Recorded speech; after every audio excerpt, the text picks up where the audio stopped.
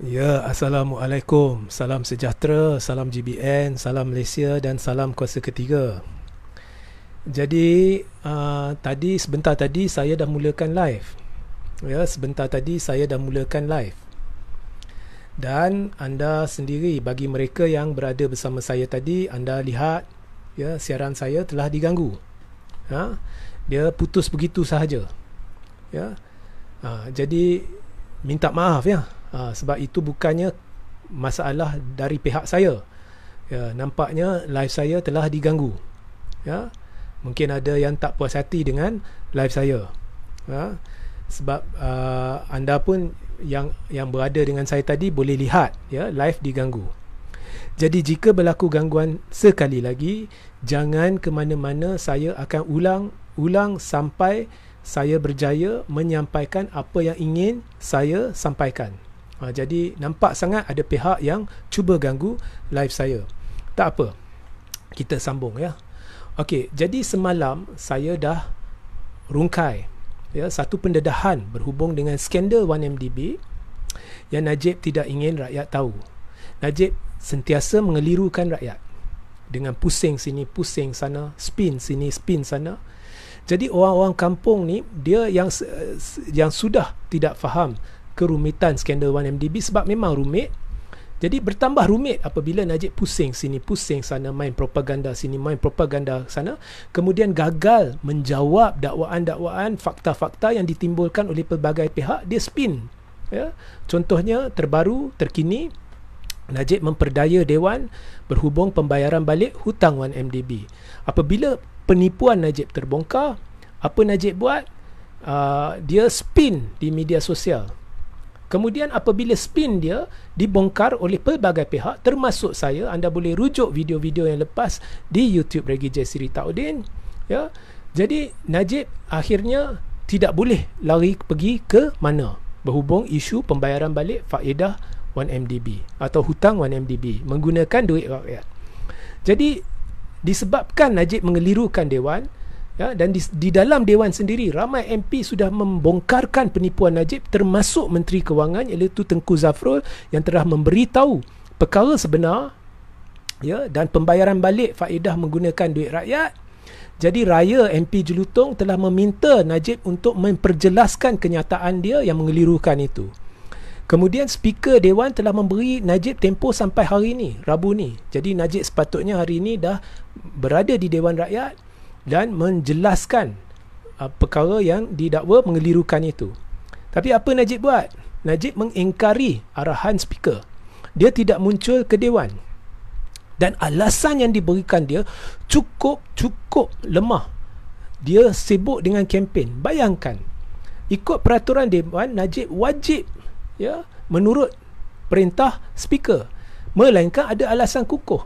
Alasan yang diberi dia, bukan hanya dia tidak ada Dewan, dia kata dia sibuk dengan kempen, jadi dia akan jawab di lain masa. Speaker pula beri dia tempoh lanjutan sampai Selasa depan. Sebenarnya Najib sudah menghina Dewan dua kali. Pertama kali apabila dia menipu dan memperdaya Dewan berhubung dengan isu pembayaran balik faedah dan hutang 1MDB. Kedua pula, dia menghina Dewan apabila mengingkari perintah Speaker, tidak muncul di Dewan hari ini, dan selamba dia beritahu dia sibuk berkempen ya. Bukannya kalau sibuk ada orang sakit tak apa, kalau dia sendiri calon tak apa, sibuk berkempen, jadi dia akan jawab di lain masa. Speaker pula beri dia tempoh lanjutan. Jadi saya lihat Najib tidak berani, saya lihat ya, dan saya rasa benda ni pun ditekankan oleh Raya perlu jawab sebelum PRN Johor. Sebab Najib membuat penipuan ni sebelum PRN Johor, mungkin untuk mempengaruhi pengundi ya. Jadi apabila penekanan ini diberikan, Najib akhirnya ingin menjawab selepas PRN Johor, barangkali sebab Najib takut, sebab sah apa yang Najib kata, kononnya duit rakyat tidak digunakan untuk membayar balik hutang 1MDB, sah penipuan ya. Jadi semalam anda boleh rujuk bahagian pertama siri 2 bahagian pendedahan saya. Ini bahagian kedua. Jadi bahagian pertama saya telah jelaskan skandal 1MDB dalam satu bentuk yang tidak pernah dijelaskan sebelum ini, yang dipermudahkan, terperinci juga, tapi dipermudahkan, yang patut saya letak, yang tak patut saya buang, agar orang senang faham, agar orang kampung senang faham. Sebab skandal ni rumit, lepas tu orang kampung dah lah kurang faham. Kemudian Najib merumitkannya lagi dengan putar belit, spin, menipu, memfitnah. Ya, bila dia tak boleh jawab, dia fitnah tun isu RCI Forex, saya dah buat laporan polis. Ya. Jadi orang tambah keliru. Jadi semalam saya dah rumuskan. Hari ini bahagian kedua. Jadi pergi ke YouTube Regi J. Siritaudin dan rujuk video semalam supaya anda faham.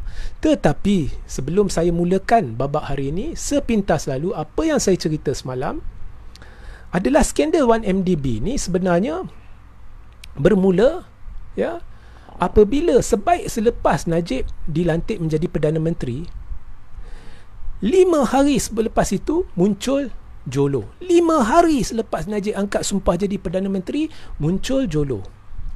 Jolo muncul tak mana? Sebelum 1MDB wujud, ianya sebenarnya satu syarikat pelaburan dan pendanaan yang dikenali sebagai Terengganu Investment Authority, milik Kerajaan Negeri Terengganu. Ya. Ditubuhkan pada tahun 2008 oleh bekas Menteri Besar Ahmad Said. Jadi 5 hari selepas Najib menjadi Perdana Menteri, dia Jolo dijadikan penasihat Terengganu Investment Authority, TIA.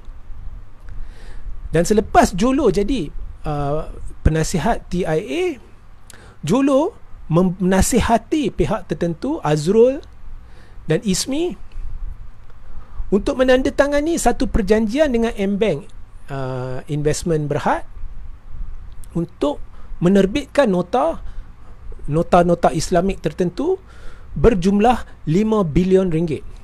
Kerajaan Negeri Terengganu menasihati Syahrul dan Ismi tidak berbuat demikian. Tetapi Syahrul dan Ismi tidak boleh dengar nasihat Kerajaan Negeri Terengganu kerana terpaksa dengar nasihat Jolo yang berumur 27 tahun yang muncul entah dari mana tiba-tiba 5 hari selepas Najib menjadi Perdana Menteri sebagai penasihat TIA. Kemudian 1-2 bulan lepas itu, lepas TIA dah dapat 5 bilion itu ataupun 4 bilion lebih, Najib memindahkan milik TIA ini kepada Minister of Finance Incorporated. Pada masa itu Najib Perdana Menteri. Jadi dia pindahkan kepada Menteri Kewangan diperbadankan, Minister of Finance Incorporated. Jadi milik kerajaan pusat. Jadi milik kerajaan pusat, dan dia jenamakan semula TIA sebagai 1MDB. Ya. So itu sejarah penubuhan 1MDB dan penglibatan Jolo yang bermula 5 hari selepas Najib jadi Perdana Menteri, dan kemudian lepas dah terima dana 4 bilion lebih menerusi satu perjanjian yang Kerajaan Terengganu nasihatkan jangan buat, tapi Jolo kata buat. Lepas 2-3 bulan Najib jadi Perdana Menteri, dah tukar nama jadi 1MDB, dipindahkan ke Kerajaan Pusat. Kemudian 1MDB buat apa? 1MDB meminta bantuan Goldman Sachs, sebuah bank besar di Amerika Syarikat yang ada sejarah penglibatan dalam skandal-skandal dan salah laku. Tapi bank ni tua, bank ni besar, jadi pelabur memang cukup yakin bila nampak Goldman berurusan dengan 1MDB. Tambah pula Goldman memperkenalkan 1MDB kepada IPIC, sebuah lagi syarikat pendanaan dan pelaburan milik Abu Dhabi. Ya. Jadi Abu Dhabi dia bersetuju atas disebabkan permintaan Goldman, dia nampak ada Goldman sana, jadi dia bersetuju untuk menjamin bond-bond 1MDB, terbitan bond 1MDB, dan Goldman pula bantu jual bond-bond 1MDB. Jadi bila pelabur nampak syarikat baru ni yang tidak ada credit rating tetapi berdamping dengan Goldman Sachs, satu bank terkemuka di dunia, dan berdamping dengan Abu Dhabi yang memang kredit dia, memang aset dia bernilai 70 bilion, jadi pelabur yakin. Dengan cara itu 1MDB telah berjaya menjana menerusi bantuan Goldman sebanyak 6.5 bilion dolar Amerika. Jadi rakyat diberitahu dana ini adalah untuk pembelian syarikat tenaga. Ya. Tetapi apa yang rakyat tidak diberitahu adalah 1.4 bilion daripada dana yang dijana ni, ya, 1 bilion dolar, ya, bukannya ringgit, telah dialihkan kepada satu syarikat yang dikaitkan dengan Jolo, dan didakwa dana ini telah digunakan untuk membayar pihak-pihak yang bersubahat. Goldman pula dengan menerusi perolehan dan yuran dalam pada dia menolong 1MDB menjual bon-bon tersebut, perolehan dan yuran dan sebagainya, dia mendapat keuntungan berapa ratus juta US dollar. Menurut pakar-pakar kewangan, ianya 200 kali ganda lebih daripada apa yang sepatutnya satu-satu syarikat kewangan dapat dalam urusan seperti itu. Ya, itu saya dah sepintas lalu apa yang saya jelaskan semalam, yang Najib takut rakyat tahu. Dia takut. Dia tak mau. Ini sebenarnya ia mudah. Memang ada syarikat lain dan sebagainya, tetapi pokok dia mudah. Jadi bila skandal 1MDB ni meletup pada tahun 2000, antara tahun 2015 dengan 2016, ya, meletuplah kan, kita dengar dekat media-media antarabangsa dan sebagainya. Jadi bila skandal 1MDB ni meletup, saya bacakannya, di sekitar tahun 2015 dan 16, beberapa laporan yang muncul di seluruh dunia mengesahkan bahawa lebih 4.5 bilion dolar Amerika dana 1MDB dicuri antara tahun 2009, iaitu tahun Najib mula-mula menjadi Perdana Menteri, dan 2014. Jadi 4.5 bilion dolar Amerika dicuri dan disahkan dicuri. Ya.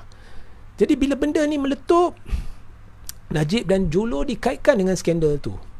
Menerusi pembelian barang-barang mewah, kapal, jet, ya, Jolo bantu untuk tubuhkan satu syarikat penerbitan filem bagi anak tiri Najib, Riza, yang seterusnya menerbitkan satu filem Hollywood, The Wolf of Wall Street, lakonan Leonardo DiCaprio, melibatkan selebriti-selebriti Hollywood dan banyak lagi, barang-barang kemas dan sebagainya. Berbilion dolar perbelanjaan mereka. Ya. Jadi benda ni secara lanjut anda boleh rujuk live semalam, tapi sepintas lalu, menurut Jabatan Kehakiman Amerika Syarikat, pegawai-pegawai 1MDB bersubahat dalam konspirasi ini, dan mereka sikap mereka seolah-olah 1MDB ni account bank peribadi mereka. Okey, jadi itu saya dah jelaskan semalam. Jadi tolong bahagian pertama anda pergi YouTube video Ragi J. Siritaudin, video terakhir semalam, rujuknya bagi bahagian 1. Jadi bahagian kedua, apa yang Najib buat bila skandal 1MDB ni meletup. Jadi bila skandal 1MDB ni mula-mula meletup, ini bahagian hari ni lah. Jadi Najib tak boleh kawal lah media antarabangsa. Jadi dia tekan media-media arus perdana tempatan jangan lapor benda ni. Jadi kalau kita lihat media-media arus perdana tempatan, ya, mainstream media tidak dilaporkan perkara negatif berkenaan dengan 1MDB. Jadi tapi lama-lama rakyat baca dari luar negara.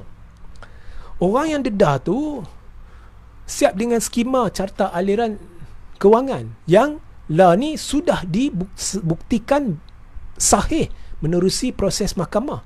Tapi pada masa itu belum lagi proses mahkamah, tapi banyak, ya, dana dari SRC, skema-skema terperinci, nama-nama individu dibongkarkan.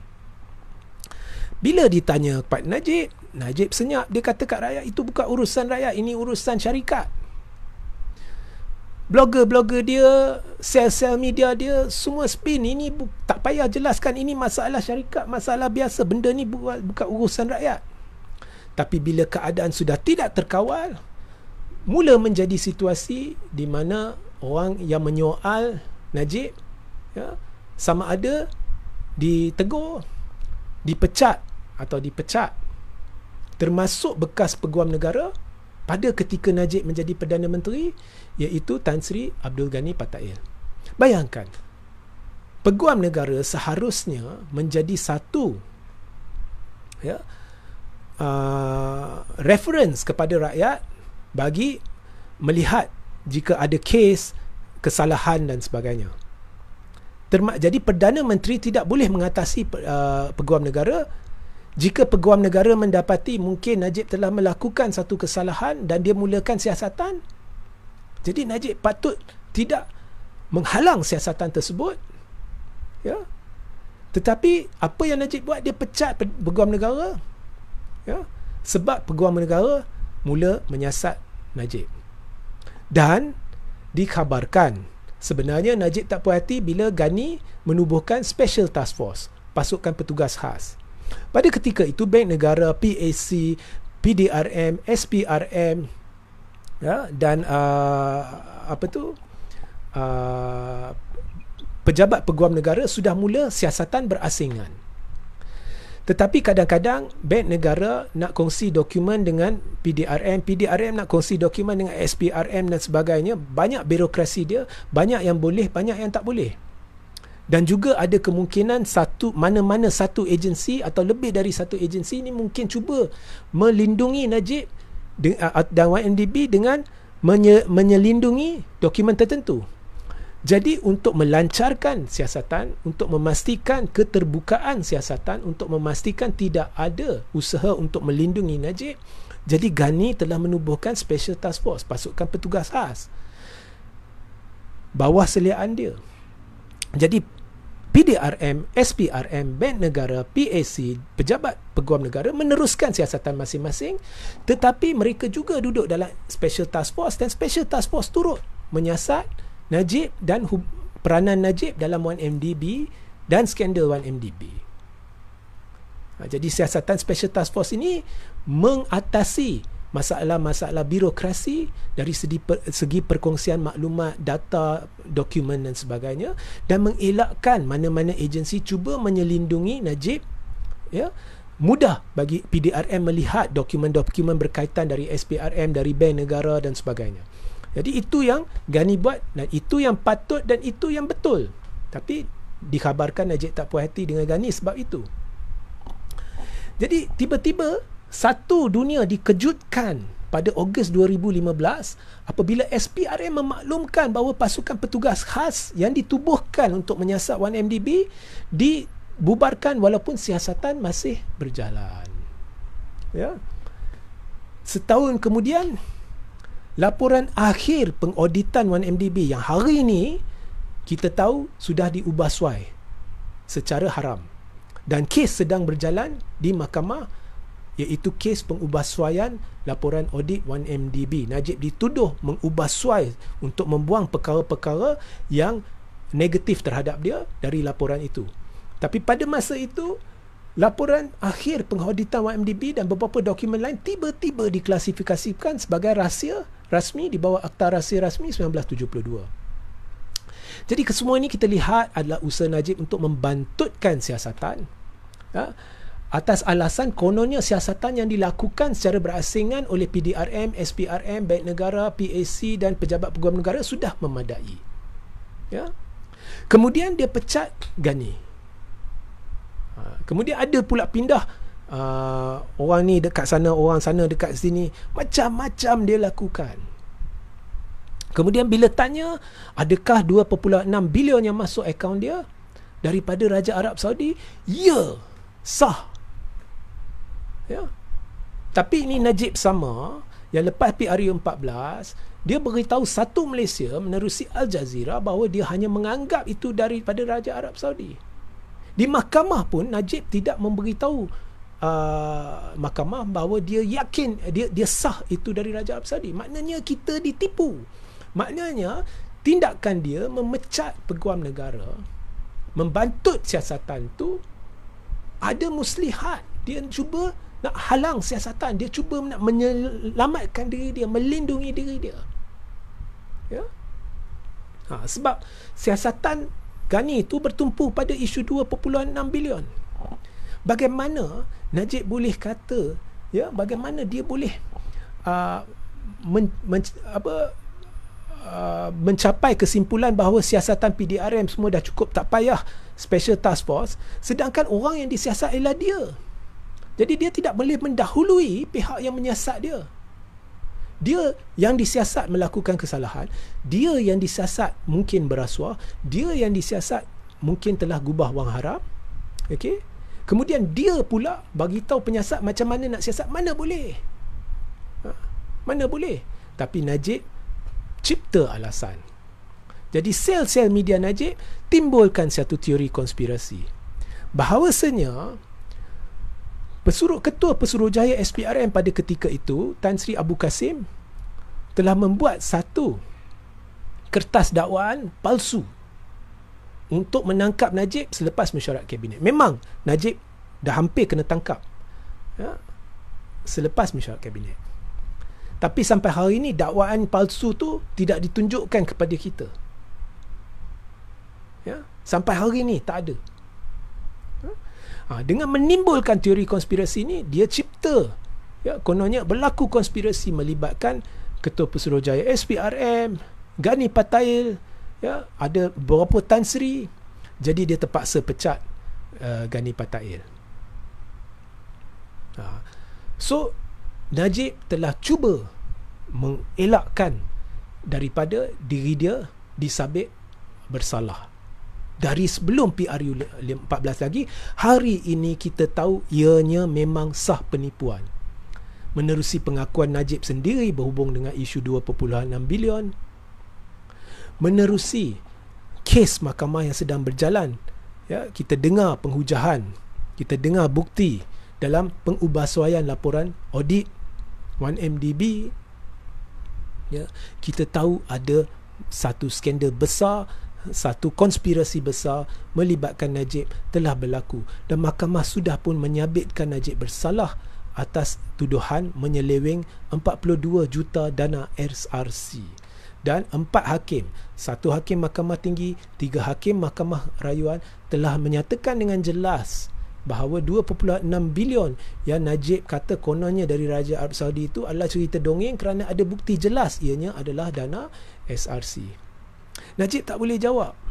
Najib juga tak boleh jawab adik dia, Nazir Razak, yang berkata PMO dulu masa Rosmah berbelanja dengan lumayan di luar negara, itu adalah legasi peninggalan 1MDB, Tun Razak. Nazir kata itu adalah pembohongan PMO. Sampai dalam buku terang-terang adik Najib tulis. Najib tak boleh jawab. Apabila Najib, sekarang perbicaraan sedang berlaku di luar negara. Orang yang sedang dibicarakan adalah 2 bekas pegawai bank Goldman Sachs yang dulu membantu 1MDB. Dan 2 pegawai itulah yang menjadi individu-individu yang berurusan secara langsung dengan Najib dan Jolo. Dan menurut salah seorangnya, Tim Lesner, sebenarnya anak Najib ni telah datang untuk meminta bantuan pekerjaan dari dia. Kemudian anak Najib membuat kenyataan mengesahkan bahawa dia menurut Tim Lesner di Mahkamah US minta maaf, dia kata Najib meletakkan syarat perlu cari pekerjaan untuk anak-anak dia, supaya Goldman boleh buat perniagaan lumayan dengan YMDB. Anak dia mengesahkan memang dia jumpa Goldman.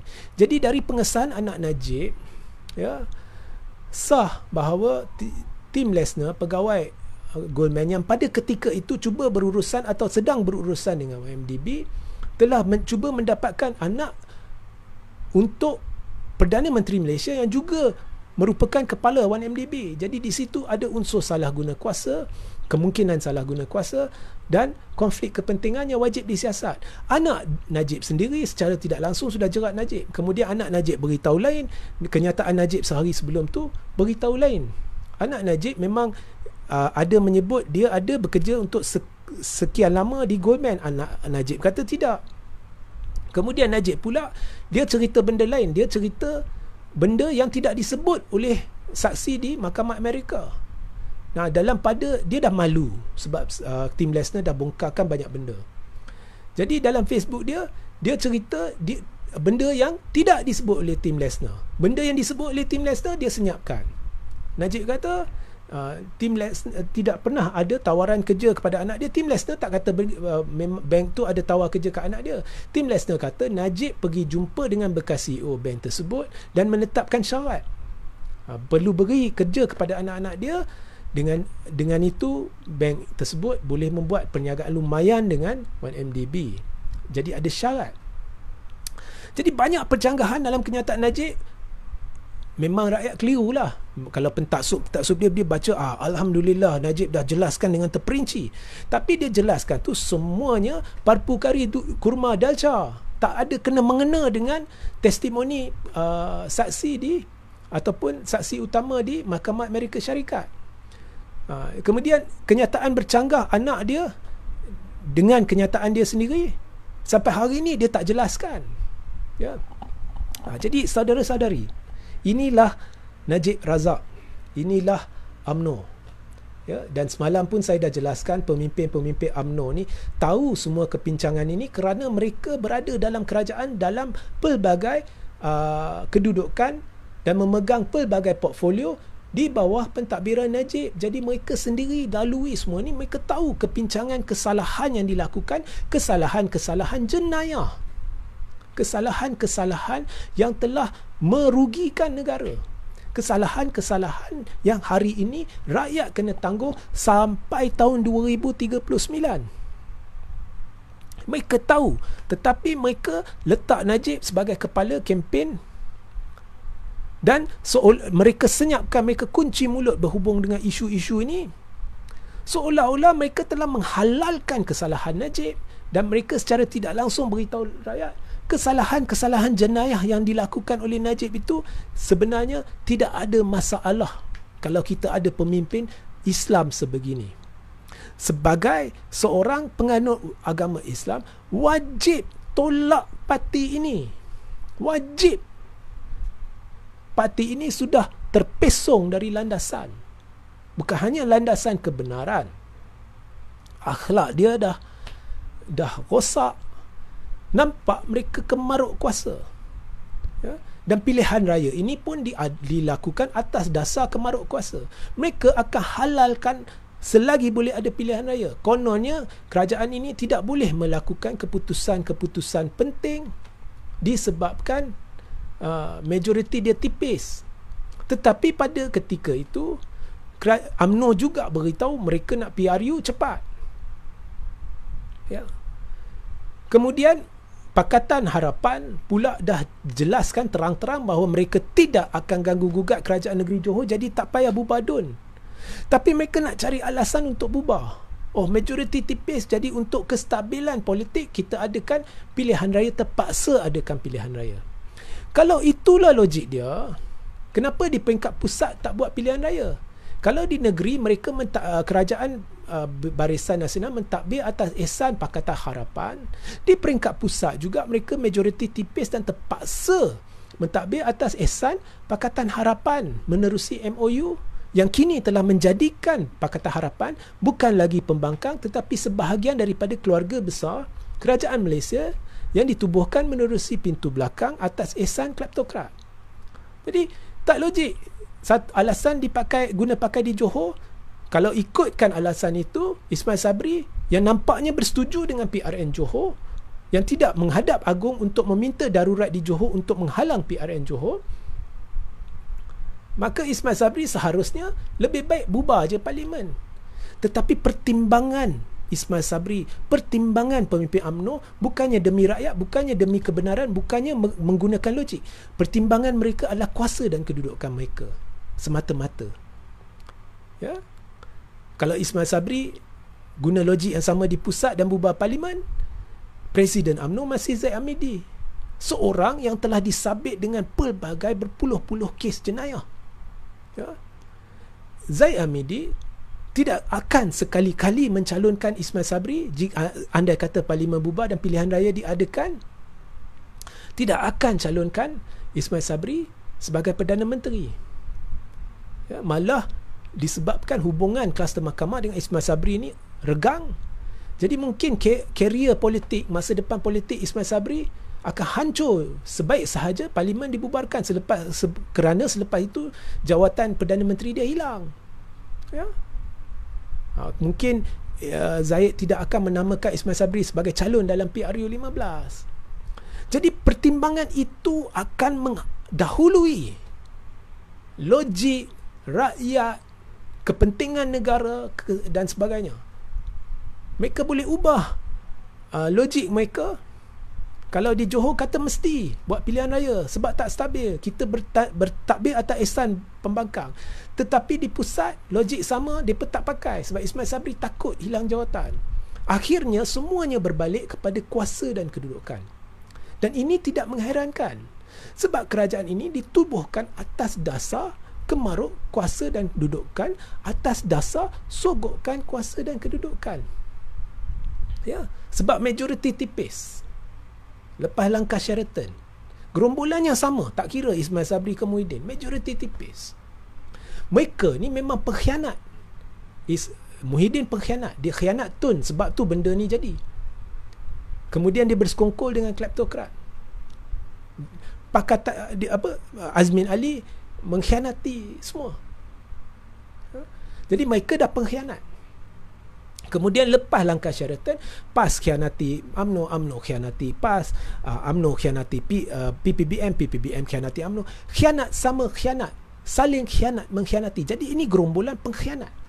Bila dah pengkhianat dan majoriti tipis, maka orang-orang ni akan melakukan segala apa yang boleh untuk mengekalkan kuasa dan kedudukan. Mereka masuk kerajaan disebabkan kuasa dan kedudukan. Mereka mengkhianati orang lain sebab kuasa dan kedudukan. Jadi bila Muhyiddin dan Ismail Sabri nampak majoriti ni tipis, mereka terpaksa puaskan hati semua ahli-ahli parlimen yang menyokong mereka. Kerana 3/4 saja kalau tak sokong, runtuh kerajaan. Jadi apa-apa ahli parlimen ni minta, mereka bagi. Kalau tak minta pun mereka bagi. Kena bagi puas hati kat mereka. Jadi sebab itu ada berlaku sogokkan jawatan dan kedudukan dalam kadar antara tertinggi dalam sejarah tanah air. Kabinet antara terbesar dalam sejarah tanah air. Sampai berlaku pertindihan antara fungsi menteri dan timbalan menteri. Ya. Kemudian menteri yang tak boleh berfungsi, yang jawatan dia tak sesuai dengan kelayakannya dan kemampuan dia, tapi terpaksa beri. Kalau tidak, dia tak puas hati, nanti dia tarik sokongan, kantoi aku. Semua pertimbangan adalah pertimbangan kuasa dan kedudukan. Jadi tak mengherankan. Ya. Beritahu kat rakyat ada krisis kesihatan, duduk rumah. Depa pula sibuk nak runtuhkan kerajaan-kerajaan negeri pimpinan pembangkang, runtuhkan kerajaan Sabah, nak runtuhkan kerajaan Perak, nak cuba dan berjaya runtuhkan kerajaan Melaka, berjaya meluntuhkan kerajaan Johor. Konsisten daripada Johor mereka mabuk pilihan raya. Tapi bila tanya rakyat, kita demi rakyat, ini perlu dibuat, ini penting, ini masa depan, dulu, kini dan selamanya. Rakyat dilembukan. Anda suka, anda susah, anda ada loan kereta, anda susah, ekonomi tidak meningkat, ekonomi makin merosot. Orang luar negara lihat pemimpin macam ni, kecelaruan politik macam ini, kemaruk kuasa macam ini, mereka melihat kepincangan dalam pentadbiran macam ini. Mereka lihat SPRM cuba lindungi pemimpin cuba lindungi SPRM. Mereka lihat satu parti yang cuba kembali berkuasa, sedangkan parti itu terpalit dengan jenayah hebat, salah guna kuasa. Mereka lihat seorang pesalah, jenayah disabit bersalah, terlibat dalam skandal satu dunia, sampai di Amerika kes masih berjalan, memalukan negara, dana berbilion US dollar telah dicuri.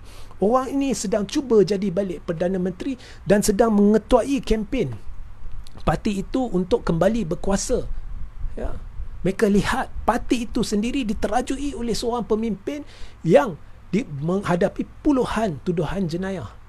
Kau ingat pelabur nak labur duit dalam negara ni, hancur negara ni di mata dunia, jadi bahan lawat jenaka. Kemudian negara-negara Islam lihat pemimpin-pemimpin Islam sedang memporak-perandakan ummah di negara ni. Mereka lihat ummah sedang diperdaya oleh pemimpin-pemimpin ni. Dan ummah sudah pun terpesong dari landasan kerana ada di kalangan, di dalam ummah sanggup menjadi pentaksub kepada pemimpin-pemimpin yang terang-terang menipu ni. Mereka tidak ingin dengar perkara lain kerana mereka mendewa-dewakan, mereka memuja pemimpin ni yang sama sekali dilarang Islam. Akhirnya mungkin mereka dapat kepuasan sedikit seandainya pemimpin ni menang, tapi jangka lama ekonomi akan terus mudarat. Najib akan beri brim, dia akan beri hulu sikit sana sini, tetapi keadaan rakyat akan menjadi makin teruk. Hutang keliling pinggang. Kau fikir 500,000 brim tu sekali bayar tu akan mampu menolong rakyat? Keadaan ekonomi rakyat akan sudah berlipat kali ganda lebih teruk berbanding zaman Najib, dan akan terus menjadi jauh lebih teruk seandainya UMNO ni dibiarkan bermaharajalela. Najib ini dibiarkan bermaharajalela. Pelabur akan lebih takut. Sekarang ni pun semua dah lari ke negara lain. Mereka lihat apa Malaysia ni, politik dia tak stabil. Penjenayah nak kembali, parti penjenayah nak kembali berkuasa. Sistem melepaskan banyak penjenayah. Fikir masa depan anak cucu anda. Jangan kerana ketaksuban, ada pihak tertaksub sikit ke banyak tak kisah. Jangan kerana ketaksuban yang memang terlarang Islam, anda membuat satu keputusan yang hanya akan memburukkan lagi keadaan. Hutang anda akan terus bertambah dengan keadaan ekonomi yang merudum, kewangan negara yang mudarat. Gaji anda sukar bertambah, ramai lagi akan hilang kerja, harga barang akan terus meningkat. Akhirnya kau fikir Najib boleh buat BRIM 1, BRIM 2 BRIM dalam 1 tahun pun tak cukup, sebab pelapor takut dia. Di Mahkamah Amerika Syarikat Law ni, nama Najib disebut-sebut, sama ada secara langsung atau tidak langsung. Memang nampak jelas skandal MDB ni. Jadi anda perlu fikirkan masa depan anda. Negara ini sedang menghadapi masalah atas pelbagai sebab. Kegagalan kerajaan, betul. Tetapi pelabur juga takut sebab melihat satu parti yang mendewa-dewakan pemimpin-pemimpin yang terpalit dengan jenayah penipuan, kecurian, penyelewengan, salah laku. Jadi masa depan negara akan hancur, melainkan di pilihan raya yang akan datang, ramai yang keluar dengan satu suara, kami menolak rasuah. Pahit ke manis ke, suka tak suka, demi masa depan anak, demi masa depan bangsa, agama, negara, perlu tolak parti yang berdamping dengan penjenayah, yang pemimpin-pemimpin dia tak berani bersuara, tak ingin bersuara menentang kepimpinan utama parti kerana mereka lebih pentingkan kuasa dan kedudukan. Parti dah parah. Mereka perlu tolak rakyat, perlu tolak, keluar ramai-ramai dan cari alternatif baru, alternatif baru, cari satu kuasa ketiga. Bukannya barisan, bukannya perikatan, bukannya pakatan. Pakatan pun dah khianat mandat rakyat. Dia masuk MOU, kononnya nak kestabilan politik. Kononnya kami dengar titah agung, jadi kami turuti, kami setuju masuk MOU. Tetapi MOU ni kononnya untuk kestabilan politik, halang pilihan raya selagi krisis kesihatan tak selesai. Tetapi yang beria-ia nak tumbangkan kerajaan negeri, sama ada secara langsung atau tidak langsung, pakatan. Sebab apabila adun-adun tumbangkan kerajaan negeri Melaka, Anwar, pengerusi pakatan, memuji-muji mereka. Mereka beria-ia kempen dalam pilihan raya. Jadi buat apa MOU?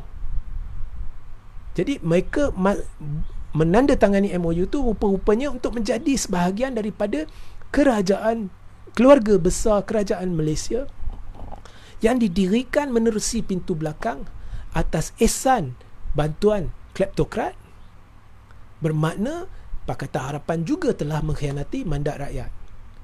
Malah Pakatan Harapan diketahui sedang berbincang dengan kleptokrat, dulu pernah berbincang dengan kleptokrat ke arah menubuhkan jajaran politik baru. Jadi kita jangan ditipu lagi semua ni. Jangan ditipu lagi. Suka tak suka pihak alternatif, tapi pihak alternatif ni bersih. Ya. Dan di Johor sekarang ni, yang layak bergelar kuasa ketiga adalah pejuang dan warisan. Itu yang saya lihat. Ya. So inilah penjelasan saya dalam bahagian kedua ni, dan sebentar lagi saya akan letak ya artikel-artikel menarik berkaitan dengan apa yang saya telah ceritakan ni di ruang tajuk. Jadi anda klik dan baca, juga sertai saluran Telegram saya. Anda boleh mula bertanya soalan sekarang ya, dan sentiasa layari thethirdforce.net dan rujuk video-video YouTube saya, khususnya bahagian pertama semalam di YouTube Regi J. Sirita Din. Jadi ada soalan tak? Boleh mula bertanya sekarang. Abdullah Sani Muhammad Yusof, UMNO is on self-destruction mode. UMNO banyak terlibat dengan penipuan, dia putar belit, dia spin, kemudian dia mengagung-agungkan seorang penjenayah seolah-olah secara tidak langsung beritahu penyokong mereka dia lakukan jenayah tu tak penting. Kami setuju, kami terima dia sebagai ketua kempen ini. Jadi jenayah dia tu tak penting. Sekaligus telah menghalalkan kelakuan jenayah. Mereka tak berani kata fitnah. Kalau mereka kata Najib difitnah, kalau mana-mana pemimpin UMNO kata Najib difitnah, tindakan boleh diambil terhadap pemimpin tu kerana menghina keputusan mahkamah. Ya.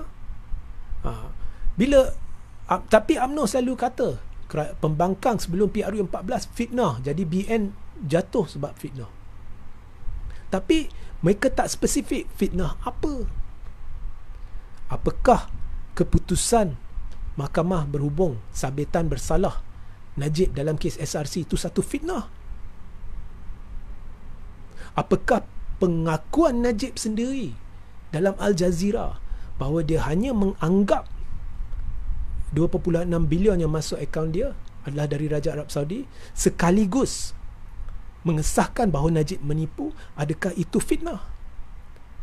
Adakah kenyataan anak Najib yang secara tidak langsung menjerat Najib dan juga bercanggah dengan Najib menandakan ada penipuan baru-baru ni, adakah itu fitnah?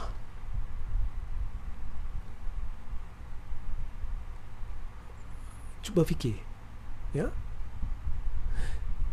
Dan apakah rakyat pentaksub ya Najib ni tidak sedar bahawa keputusan kes Mahkamah Rayuan kes SRC 3 hakim dibuat pada zaman pentadbiran Barisan Nasional. Lah ni pentadbiran Barisan Nasional. Perdana Menteri dicalonkan oleh Najib dan Zahid sendiri. Tapi masih kata mahkamah tu mengekalkan keputusan Mahkamah Tinggi Kuala Lumpur. Adakah itu fitnah?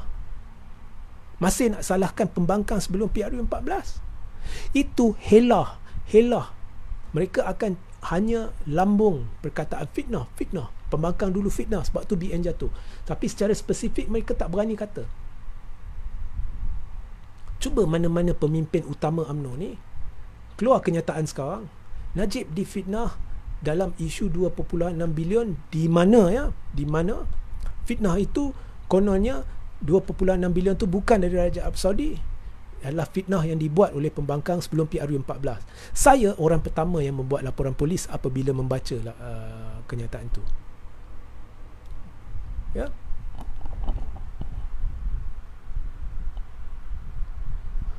Ya, jadi saya akan terus ke bawah ya. Untuk sebab soalan-soalan atas tu saya tidak terlalu banyak.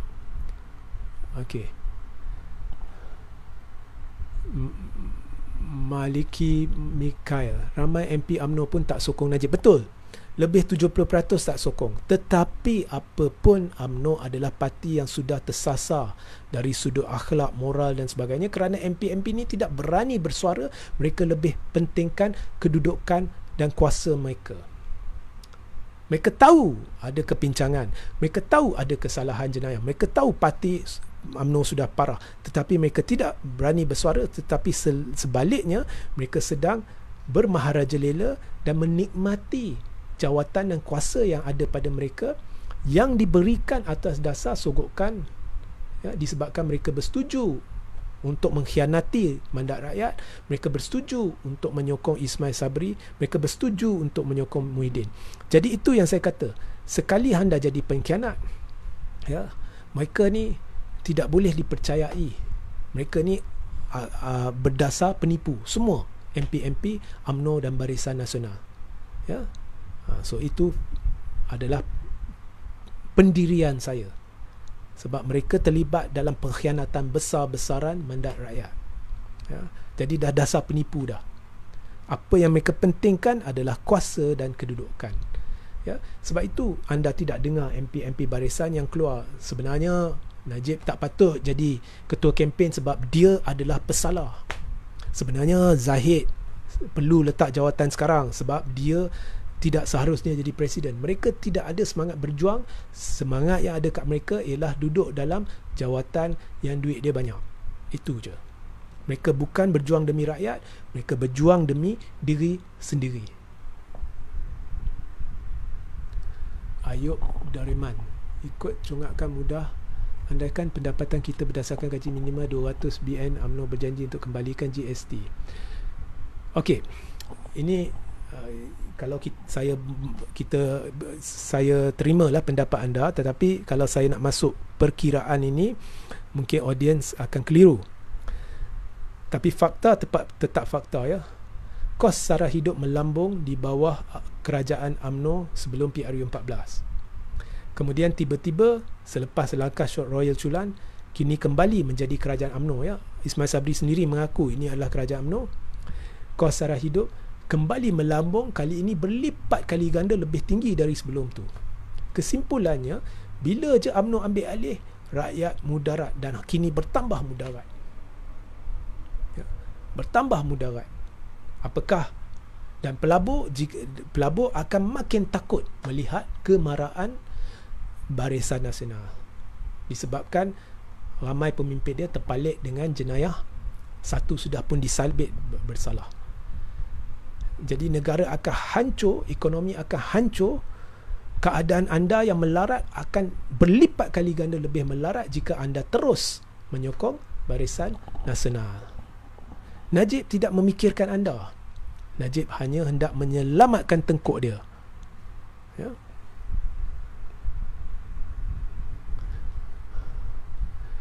Karim maju 4 bilion TIA itu duit dari mana? Itu adalah perkara biasa sebenarnya apabila satu syarikat yang berkait dengan kerajaan, kadang-kadang mereka hendak jana dana untuk tujuan pembangunan dan sebagainya, mereka akan terbitkan bond atau nota tertentu. Ini adalah satu bentuk pinjaman lah, ya, untuk menerbitkan, untuk menjana dana dan kemudian membayar balik faedah terbitan itu, ya.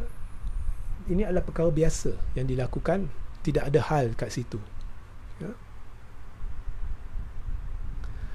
Afifi Ridwan, kenapa Najib beria kempen PRN Johor seolah-olah dia yang bertanding?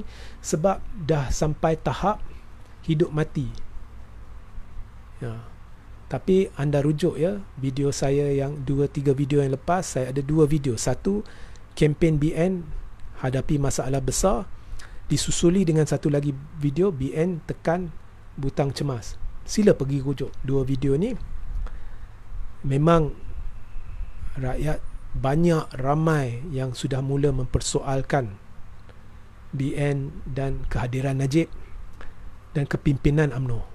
Ramai, khususnya selepas penipuan Najib terbongkar dan pendedahan terkini skandal YMDB. Jadi memang kempen BN hadapi masalah. Rujuk saya dah ceritakan secara terperinci, saya tak nak masuk balik lah. Jadi dah jadi hidup mati. Dan BN kini dalam keadaan terdesak. Semalam pun Mak Hassan dah beritahu bahawa sukar untuk meramalkan berapa banyak kerusi yang BN akan menang. Kalau ikutkan Zahid, dia cakap besar. Oh, kita memang majoriti confirm dapat, cuma sekarang nak dapat 2/3. Tapi ikut Mak Hassan, cerita dia lain. Memang dah terdesak. Anda rujuk ya video saya untuk dapat penjelasan lanjut. Dan mereka lihat kempen-kempen, mereka terkejut lihat kempen-kempen parti-parti yang alternatif ni. Sambutan dia luar biasa, ya. Dan mereka dah mula kerah banyak jentera-jentera dari banyak negeri. Memang kempen dia cukup hebat, ya. Tapi selalu anda lihat video, keramaian kat situ apabila Najib berucap dan sebagainya, semuanya baju-baju biru, orang mereka, ya, dah teruk. Tapi apa pun saya tidak akan ramalkan keputusan. Jika terlalu kurang keluar mengundi, seperti yang berlaku di Melaka, ya, berlaku penurunan 20% jumlah yang mengundi, ianya boleh memihak kepada barisan. Jadi anda perlu keluar mengundi ramai-ramai. Pastikan lebih 85% keluar mengundi. Kalau boleh kita catat rekod baru 90% keluar mengundi. Jika terlalu ramai keluar mengundi, berkemungkinan besar Barisan Nasional akan menghadapi masalah besar. Tapi apa pun saya tidak akan ramalkan, dan saya sendiri tidak boleh memberi keyakinan apakah yang akan berlaku. Saya sendiri nak lihat, ya. Baik.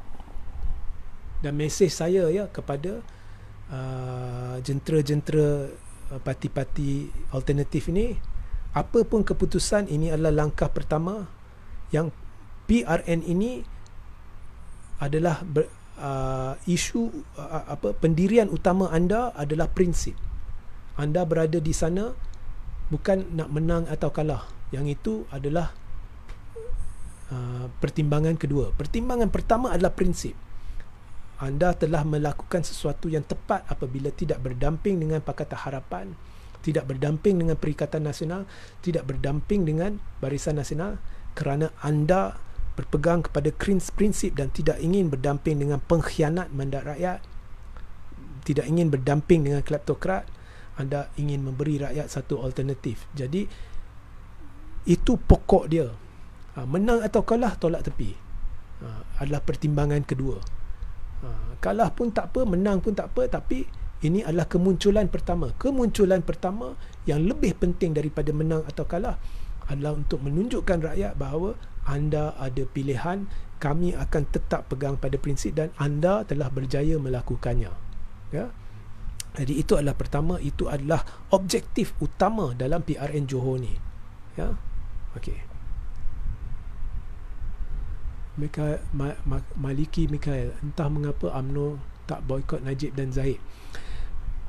UMNO bila terpaksa berpaut kepada penjenayah, walaupun tahu ianya menimbulkan masalah, dan terpaksa membenarkan seorang yang mempunyai puluhan sabitan bersalah, sabitan jenayah, ya, untuk menerajui parti, bukan hanya menunjukkan parti itu parah, ia menunjukkan parti itu ketandusan pemimpin berwibawa, ya.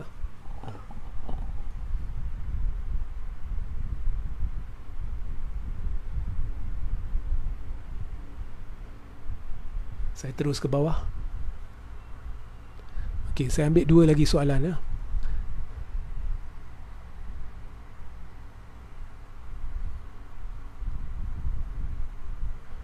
Karim maju, bangkit rakyat Johor keluar mengundi ramai-ramai, undi pejuang. Okey, ada lagi soalan?